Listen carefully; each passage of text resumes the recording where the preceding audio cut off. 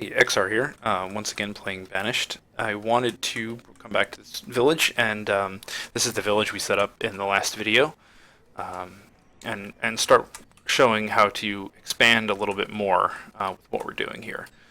So at the end of the last video, we just built the second Gatherer's Hut. It's similar to what happened with the Foresters. The Gatherers split up, so we've now got two working out of each. And our food is actually increasing, which means that we are at a very good level of food production right now. We don't need to build any more food producing structures right now. Our logs are also going up, but more slowly. We may want to assign more foresters. In fact, what I may do is, since we're not building anything new at the moment, I'm going to decrease my builders and increase my foresters by one. The next thing that we want to do is to build a herbalist. The thing with herbalists is that they search for herbs in the woods, and they similar. Here, let me bring up the. I almost fall on. Produced goods. Oh, tools. Okay, yeah. So what I was saying in the last video, we've now got a good amount of tools, so we can actually shut our blacksmith down for a while. There he is. We've got 109 tools. It will take quite a while for our people to go through those tools. And when we keep an eye on this, when it gets back down to 20 or 30 or so, then we can turn them back on. But that'll probably take several years of game time for that to happen. So we want to build an herbalist. And herbalists, similar to gatherers, have this circle they operate in. But the thing is, herbs generally only grow near old growth trees. So you don't really want to put your herbalist in the same kind of area as your foresters and gatherers, because your foresters are going to be chopping down and replanting trees, which is good, it's self-sustaining, but they're not old growth trees. They're mostly going to be new trees because they're constantly being chopped down and regrown. So you want to put your herbalist somewhere where they can get to forest that is not constantly being chopped down and stuff. So why don't we put them over here in this little stand of trees. You also don't want to put them over these rocks. They'll clear the rocks out, because you don't want to chop the forest down to build the, that defeats the purpose. What else are we producing that is so near capacity? Gotta just be talking about the tools, right? Or maybe it just means my storage barn is almost full. Oh, it is. Yeah, my storage barn is almost full. Alright, let's build another storage barn, too. That's a good sign. It means we're ahead of the curve. So here's storage barn. Let's put it... Again, we don't want to knock down the forest we're harvesting from. Let's put it over here. Let's put it over here. So I'm thinking if eventually we expand into farm, I guess they could use that one if they expand into farms. We'll put it right here. Right along the same road as the houses. They're coming over here, chopping up the stone. We want to build a road going out there. People walk faster on roads.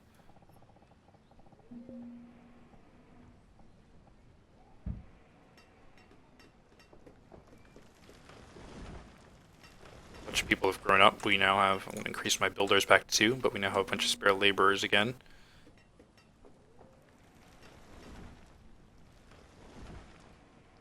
I'm going to increase my foresters to 6 of 8. And how many gatherers do we have? We've got 4 gatherers. Okay, that should be okay for right now. It's winter, so I'm going to turn my woodcutter back on and assign somebody to be the woodcutter this year. Make sure our firewood doesn't get too low. Alright, here's the herbalist. So we need to assign one of our laborers to the herbalist down here. Oops. This window is slightly offset for some reason. Okay, so now the herbalist is working. They're going to gather herbs from this area, and that will keep our people's health up.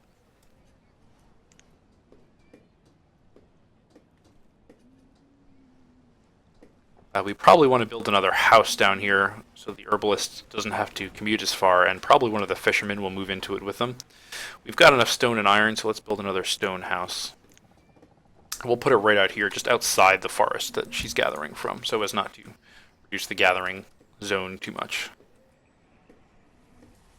What I may eventually do is build a bridge here, since this is kind of in her area as well, but I'm not sure it's worth it at this point.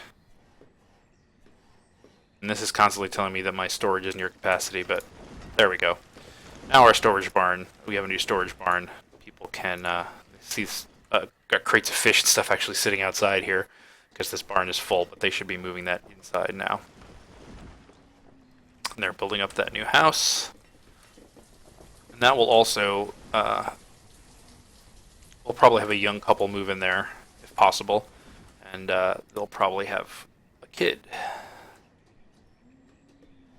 Okay, so it's spring now. The woodcutter is full on capacity, so we'll turn him off. Go back to being a general laborer for now.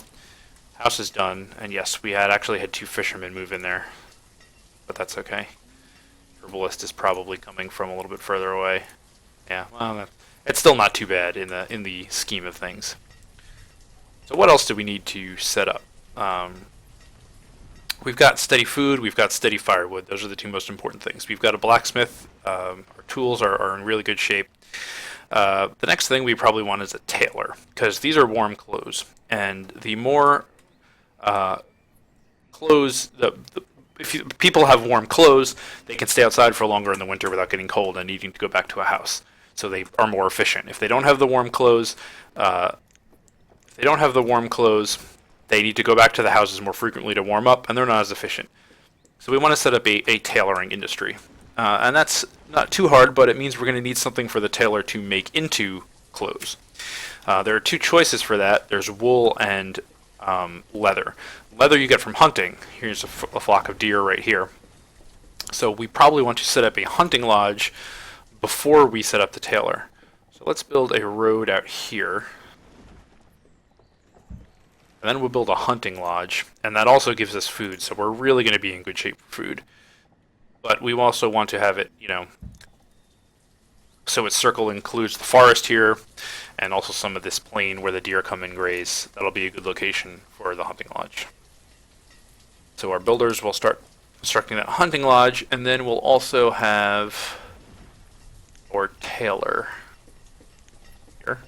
And we'll just put him in the main part of the town here with the rest of these guys. To the tradesmen. Make our little road going off this way. And the tailor, similar to the blacksmith and the woodcutter, is another industry that you'll be turning on and off as you need it. Basically, a suit of clothing, as far as I can tell, will last a little person for their entire lifetime. So really, you just need it as your population increases. You need to have more clothes for the new children to wear. So they'll go down gradually, but as long as you have a decent back stock, you can most turn the tailor off when you've got a bunch and then turn it back on when you're starting to get low. Speed up time again.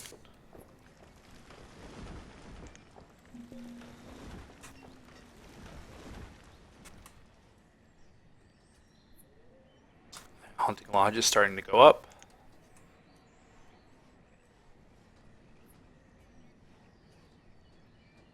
The tailor is starting to go up as well.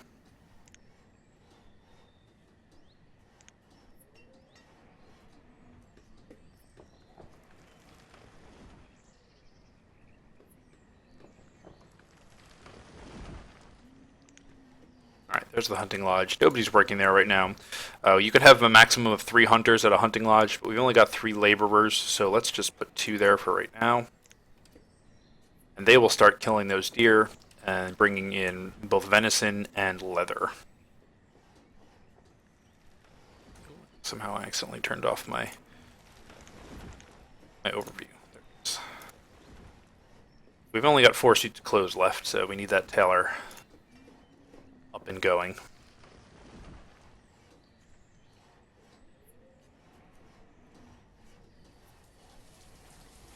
Should be momentarily.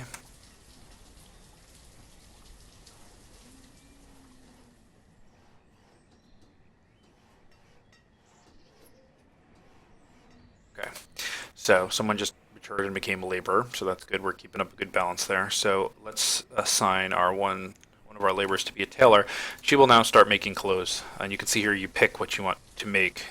Warm coat is the best, takes leather and wool, but you don't start with sheep. The only way to get sheep is to build a pasture, then build a trading port on the river here, and hope that a merchant that sells sheep come along, and then buy sheep from the merchant. At the beginning, you're going to want to have hunters to get leather. So we're in, and yeah, she has no leather right now, but we're going to leave her on because they're going to be bringing in leather continuously, and she'll make it as she gets it. See, she already made a bunch of coats with what we had.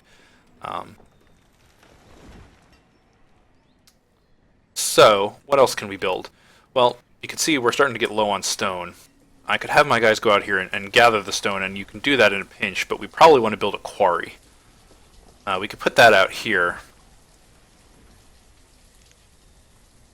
And quarries are a big project. In fact, I don't have enough stone to build a quarry completely, but we're going to start it anyway, and then we'll have them go gather some more. It won't actually fit there because of the quarries are big, and they will last for a nice long time. You can also have up to 15 people working at a quarry. I've never had that many. I always tend to put it down in 3 or 4, depending on how many, because I just usually don't have enough spare laborers. But it's good to have so that you can, after a while, you'll have cleared all this natural stone and stuff out, and then you'll need it to get more stone to build more buildings. For right now, though, let us. You can see that you have the buttons here. This was the remove all resources. You also have trees, stone, and iron individually, so we can have them go here and just gather up these stones. Okay, well, while they're doing that, let me talk about something else. We're in a good position here as far as food is concerned. We've got fishers, we've got hunters, we've got gatherers. Our food is going up and up and up. We've got more food than we have people right now, which is the position you want to be in. But there's another way to get food, and that's farming.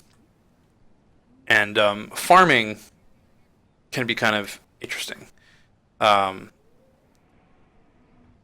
way you farm is that you go in here and you do crop field, and the same can be true of orchards and pastures, but we're going to just do a crop field. And you need to trace out how big they are. And the biggest they can be is 15 by 15. Like that. And that takes 3 farmers to work it. But you run into problems with efficiency where they don't always they do other things. They go back to get warm. They may live different distances away. You run into problems with efficiency when you make the fields that big, or at least I always have. So I actually found this tip out from watching another video of somebody else on YouTube. But if you make the field 7 by 7, so like that big, that amount of space one farmer can handle in one season and not run out, and have time to plant everything and harvest everything, and nothing will go to waste, because if it gets to be winter and you still have food in the field, it'll just wither and die and you'll waste that food. So if you want to make a farm field, and let's say we can make 2 of them here, one on either, we'll put a road in between, but I just want to put the farm fields down first. So we'll make 2 7 by 7 fields here, and then we'll put a little road in between. So you want to try to keep, and you can experiment with different farm field sizes yourself, but the 7 by 7 rule works pretty well for me. So then you go in here and you can pick, these are the 2 crops that I started with. It's random. As far as I can tell, for the most part, it doesn't make a difference, other than some of them can be brewed into alcohol and some of them can't. Neither of these can. Wheat can and things like that. But so we can go in here, we could set this to be peppers. A pepper field, and then the work thing comes on. You can turn it on or turn it off. We'll turn it off for right now, and here's the reason. You don't want them to start working, and they wouldn't start working now anyway, because once it's snowing, they stop. But let's say you built your field here, and it's autumn, or it's late summer. You don't want to have them start harvesting then, because they'll go and plant, but they won't have time for it to grow and harvest it. It'll just die. You always want to start new fields set them up in winter so that they're ready to go in early spring, so that you have the whole season to grow and harvest them. So right now we can tell this to work, because they're not going to start it anyway.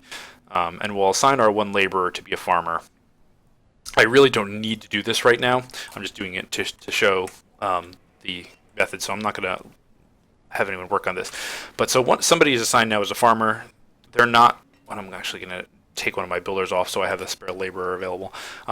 He's not going to do anything until the spring thaw. And once it's not snowing anymore, he'll start planting over here. And the thing with farms is, as opposed to gatherers, hunters, fishermen, where they are continually bringing in food all year, the farmers plant and harvest all through the warm months, but they only harvest once in the autumn and bring the food in. So you only get, rather than getting small amounts of food continuously over the year, with farms you get one large influx of food. So if you were a completely farm-based village, you're only, you have to make sure that you get enough food from your harvest in the fall to last you all the way until the next harvest, the next fall.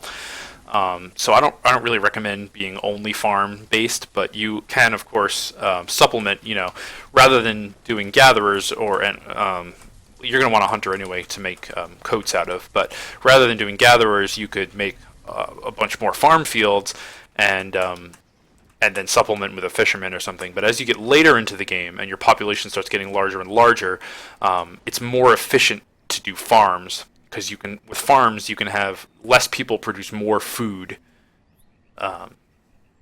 Less people produce more food. So as you have a bigger population, you'll have less people actually working on the producing food, and you'll have a bigger payoff. But you always want to have that supplemental little bit there to provide a base, because you can always have bad things happen, disasters, droughts, things like that happen that will ruin your harvest, and then unless you have that backup in place, you'll be kind of screwed. So I paused it because we just saw somebody die here, and I wanted to point this out. Wood the Forester was killed by a falling tree. This kind of stuff just happens. I had a laborer available. I had two, actually, so Kylena has replaced Wood as a Forester. So as long as you have laborers available, when people die, they'll be replaced automatically. Our farmer is now starting to work down here. I think I'm going to build another house, because probably all these houses are full. We've got a fair amount of children, but we want to have places for those children to go when they grow up. And since we're starting to put more industry down in this area, let's build another house. We've got the resources, so we'll do a stone house over here next to this one. This will be another little housing development down over here. Our builder will start working on that. Let's also put that quarry we talked about before. Quarry. Can we put it? Stupid hill is in the way. Okay, we can put it over here. Let's do that. Let's take up less of the field. And that's probably going to take a while, because of the amount of resources it needs to construct it. But we'll let them get started on it, and they'll bring the resources over as they become available. Right now they're just clearing the space.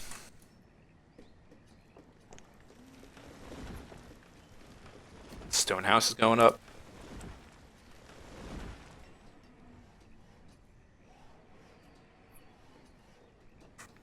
You can also build here a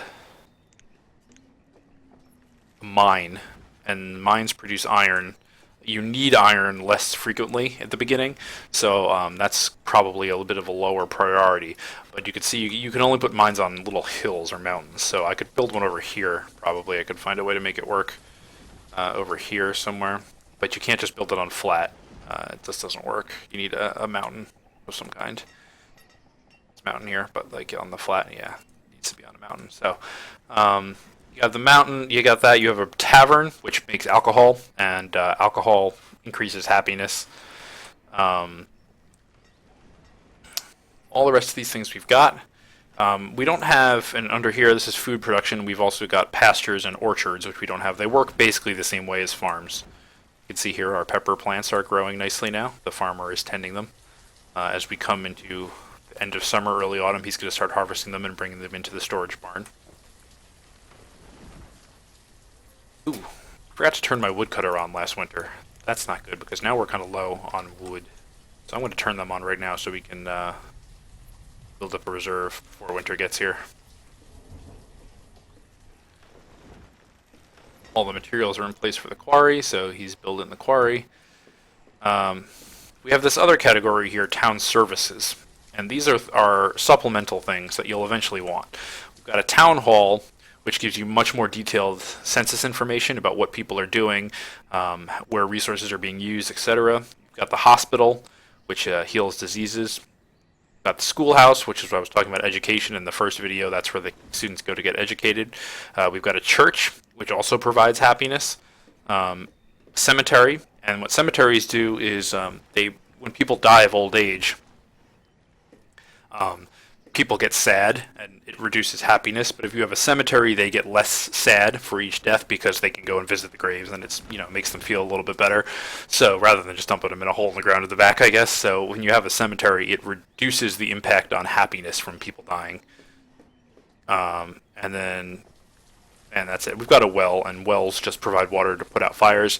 I've never had a fire break out in my village. I've had other kinds of disasters like tornadoes and stuff. I've never had a fire, but if you did have a fire, theoretically, you would want a well. It's not really a priority, but it is something to be aware of. Also here, under this category, this is where the storage barn and the stockpiles are, which I've already got a couple of. You also have a market, and right now, the way our village is set up, our people are going to the storage barn to get food, to the stockpiles to get cloth, and to get tools and clothing and stuff like that. And they're just going to go to wherever, whichever one of these has stuff. And if you build a marketplace, and they're pretty large, you can see here if I was going to build it. When you build a marketplace, you assign a person as a vendor, as the job of the person who works at the marketplace. And they will go and continually collect food, tools, and all that stuff and bring them back to the marketplace. And then all your people, rather than going to each individual place to get their goods, will just go to the marketplace to get the goods. And that is much more efficient when you're dealing with large numbers of people or things are really spread out. It's helpful to have a marketplace. The other one under here is trading posts, which you have to build on the water, and that is where the merchants will come to, and you can sell off your excess goods and buy from them animals, new kinds of seeds to grow new kinds of plants for crops or orchards, and also just if you really need something and you say you've got a ton of logs but like very little iron and you need iron, you can trade with the merchants, and get some of the basic resources as well. Our quarry is now done, but nobody's working at it. Let's just assign the one person to the quarry. They're not going to bring in stone very quick if they're just one person working there, but we've only got the one spare laborer, so we want to keep them available to replace anyone who might die, and they'll at least be bringing in a little bit of stone at a time. So yeah, I think that's pretty much the basics. This village here has grown up pretty quick, and we are in a pretty good position here. This was actually a very good starting position. We have got food from gatherers, from fishermen, and from this farm. So we're building up quite a stockpile of food. We only started with like 1,500, so we're growing food much faster than we're using it, which is a good position to be in. We've got firewood. We've got our two foresters up here overlapping each other, so they're going to keep this area of forest. They're going to be cutting down trees and replanting trees, and with the two together, that should be enough to keep it pretty much in equilibrium, which is what you want. We've got our hunters over here bringing in food as well, and also leather, which our tailor is turning into clothing to keep our people warm. We've got a woodcutter chopping up the wood our foresters bring in to make firewood, so our people can heat their houses in the winter. We've got a blacksmith here, turned off at the moment, but to make tools out of iron when our tool supply starts getting low. We've got an herbalist over here, providing medicine to keep our people's average health up. And we've got a quarry, providing us with stone. Now, where would we want to go next if we were going to continue playing this village? Where we'd probably want to go is we'd probably want to build a church pretty soon, because without things to increase happiness, your happiness will eventually start to go down. Churches and alcohol are the two things that increase happiness. So you'd probably eventually want to build a church. You definitely want to build a mine at some point to, because we've still got a bunch of natural occurring iron over here and over here, but eventually that's going to be gone. So you want to have a mine, And we'd probably want to build a marketplace as we continue to grow. But then once you have those basic things, and we'd also probably want a school to start making our workers more efficient. Once you have those basic things in place, it's really just a game of building houses to increase your population, and then increasing your production to match your growing population. And it's really a balancing act. You want to increase your population and your production at a pace that's in equilibrium so that your village continues to get larger, but you don't run out of food, you don't run out of firewood. And of course, as you get further, we're only in year 6 here, but as you get further into the game, people are going to start to die of old age, and you always need to have laborers available to replace the people who die. So it's kind of this balancing act as well with that, because you only have so many children coming in. If you want to be expanding, making more fields, more industries, you need new workers to do that, but you also need workers to replace the old workers who are going to start dying off of old age. So you need to find the right rhythm of increasing population and increasing the facilities to support that population. And it's really interesting in that way. There aren't really that many different buildings to build, but the interest and the challenge is in finding that equilibrium of making your town larger and larger and having the support structures in place to be able to continue to do that and support it. But I just wanted to show how to make a pretty firm foundation to start your village on, and I think I've done that. So hopefully you enjoyed this video, and yeah, have fun with Banished. Thanks for watching.